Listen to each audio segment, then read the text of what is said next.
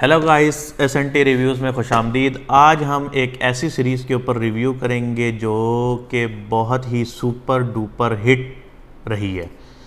अब उस सीरीज़ का तीसरा सीज़न आ गया और सीरीज़ का नाम है मिर्ज़ापुर। इसके पहले 2 सीज़न का तो हम रिव्यू नहीं कर सके क्योंकि मेरा चैनल अभी बिल्कुल न्यू है, पर जितने भी पाकिस्तान में और इंडिया में इसके फ़ैन हैं उनको पता है कि ये सीरीज़ इंतहाई बेहतरीन और बेहतरीन फ्रेंचाइज ये एक किस्म की चल रही थी। पर सीज़न 3 को देखने के बाद बहुत सारे फैंस का दिल टूट गया है।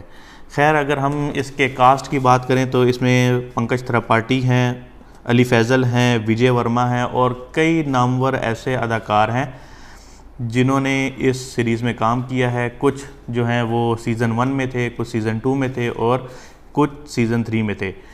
जिन कैरेक्टर्स का, जिन स्टार का मैंने नाम लिया है, ये ज़्यादातर तीनों सीज़न में काम कर चुके हैं और ऐसा तो लगता है कि चौथा भी इसका आएगा और शायद हो सकता है कि ये सारे के सारे उस चौथे सीज़न में भी मौजूद रहें। अच्छा, डायरेक्टर जो हैं इस सीरीज़ के वो तकरीबन 3 या से 4 डायरेक्टर हैं जिन्होंने इसको डायरेक्ट किया है। करण, अंशुमन, गुरमीत सिंह और आनंद अय्यर, इन तीनों ने इस सीरीज़ को डायरेक्ट किया है और 10 एपिसोड हैं सीज़न 3 की। आज हम सीज़न 3 के ऊपर बात करेंगे। हर एपिसोड तकरीबन 50 से 55 मिनट की है। इंट्रोडक्शन तो आपको पता है कि जैसे कि पार्ट 1 में दिखाया कि जी मिर्ज़ापुर की गद्दी पूर्वांचल की गद्दी के लिए मारा मारी है, ठीक है। और गुड्डू पंडित जो हैं, जिसमें अली फैज़ल हैं और Vikrant Massey as a brother Bablu Pandit के नाम से सीज़न 1 में गुड्डू पंडित के साथ होते हैं। और ये बिल्कुल एक मिडिल क्लास की फैमिली होती है। और सबसे मेन करैक्टर जो था इनका 1 और 2 में वो था मुन्ना भैया। मुन्ना भैया का जो करैक्टर है वो हमें सीज़न 3 में बिल्कुल भी देखने को नहीं मिला, क्योंकि ये सीज़न 3 वहीं से स्टार्ट हुआ है जहाँ से सीज़न 2 का एंड हुआ था। सेम स्टोरी को आगे लेके डायरेक्टर और जो स्टोरी राइटर है वो इस स्टोरी को आगे लेके चले हैं। अगर तो पर्सनल मेरा ओपिनियन, मैं आपको स्टोरी यहाँ पर, क्योंकि ये सीरीज़ है तो इसकी स्टोरी कुछ मैं आपको बता नहीं सकता, क्योंकि स्टोरी भी बेसिकली जिन्होंने इस सीरीज़ को देखा है तो वो उनको, जिसने पहला सीज़न ही देखा है तो उसको भी पता है कि स्टोरी क्या है। सेम एक स्टोरी है कि एक इलाका है और सब जो है वो उसको हासिल करना चाहते हैं, सब उसके ऊपर बादशाहत करना चाहते हैं, जिसमें जो है अली फैज़ल भी हैं और भी कई जो जौनपुर के कुछ हैं। शरद शुक्ला एक करैक्टर है, वो भी मिर्ज़ापुर को हासिल करना चाहता है। और जो बेसिकली जो उसके ऊपर अभी बाहुबली मौजूद है वो है कालीन भैया। कालीन भैया का करैक्टर जो है वो पंकज त्रिपाठी ने प्ले किया है। आपने एक कहावत सुनी होगी कि सब्र का फल मीठा होता है। सीज़न 2 के बाद फैंस ने 4 साल का सब्र किया सीज़न 3 के लिए। इतनी ज़्यादा हाइप क्रिएट की गई, इतनी ज़्यादा हाइप क्रिएट की गई, इतना ज़्यादा वेट कराया गया। और मुझे पर्सनली लगता है कि इस 4 सालों में अगर इस तरह की सीज़न 3 इन्होंने देना था तो ये बेशक ना ही देते, क्योंकि बहुत ज़्यादा फैंस नाराज़ हुए हैं। ये उस तरह चीज़ डिलीवर नहीं कर पाए। यानी इस सीरीज़ में अगर आप ये जाकर देखेंगे तो आपको पता चलेगा कि इन्होंने बहुत सारे एक्स्ट्रा करैक्टर बीच में डाल दिए, स्टोरी को खींच रहे हैं जिसकी ज़रूरत बिल्कुल भी नहीं बनती थी। इवन के या तो ये इतना ज़्यादा हिट हो गया था कि मेकर्स ने कहा कि भाई अब इस जो है बस अब प्रॉफिट इससे कमाया जाए। यानी फैंस का जो है, इन्होंने जो है ना फैंस के लिए ये सीज़न 3 नहीं बनाया, इन्होंने बस एक प्रॉफिट के लिए, अपनी जेबें गर्म करने के लिए मैं तो कहूँगा कि बनाया है। क्योंकि पहली 9 किस्तों में तो आपको कुछ समझ ही नहीं आती कि क्या चल रहा है, बस स्टोरी घूमी जा रही है। पहले 2 सीज़न जो हैं उसमें इतना ब्रूटल सीन दिखाया जाता था, 18+ अब्यूसिव लैंग्वेज होती थी और वो मैच करती थी जिस तरह मुन्ना भैया का करैक्टर था। अब जाहिर सी बात है कि इतना हाइप मुन्ना भैया के करैक्टर की थी, इतना सॉलिड वो करैक्टर था कि आपने पहले 5 मिनट में ही, सीज़न 3 के पहले 5 मिनट में ही वो मुन्ना भैया का पूरा क्रियाक्रम और उसकी लाश वाश जला रहे हैं, सारा कुछ कर रहे हैं, वो बिल्कुल यानी एक वो बंद कर दिया कि जी अब मुन्ना भैया तो इसमें सीज़न 3 में नहीं आ सकते।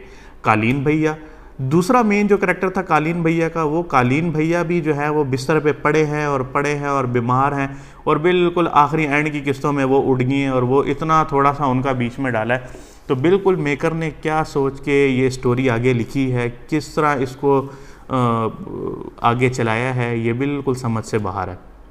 यानी पहले 2 सीज़नों में आपने एक चीज़ को बिल्कुल आसमान टॉप ऑफ द लाइन आप उसको डिलीवर कर रहे हो, और जो थर्ड पार्ट है वो बिल्कुल सिर्फ क्योंकि फ़ैन लॉयल है आपके साथ, फ़ैन लॉयल है, और जो है उनको पता था इवन के 4 साल पहले जैसे ही सीज़न 2 ख़त्म हुआ है तो 1 महीने बाद ही ट्रेंड बन गया था कि मिर्ज़ापुर 3 को स्टार्ट किया जाए, और ऑफिशियल्स की तरफ से अनाउंसमेंट हो गई थी कि जी हम मिर्ज़ापुर 3 बना रहे हैं। तो तकरीबन बीइंग अ मिर्ज़ापुर फ़ैन मैं ख़ुद बहुत ज़्यादा डिसअपॉइंट हुआ।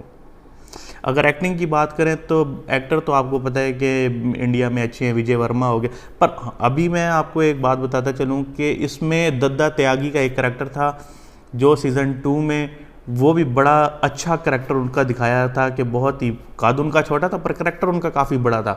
पर इस सीज़न में उनको भी उस तरह जो है उनके लिए भी उस तरह डायलॉग नहीं लिखे गए कि जो बंदा एक्सपेक्ट करता है कि यार, क्योंकि एक पार्ट अगर आप बनाते हो तो दूसरा हमेशा फ़ैन चाहते हैं कि ये उससे ज़्यादा अच्छा हो, स्टोरी उससे ज़्यादा ख़तरनाक हो।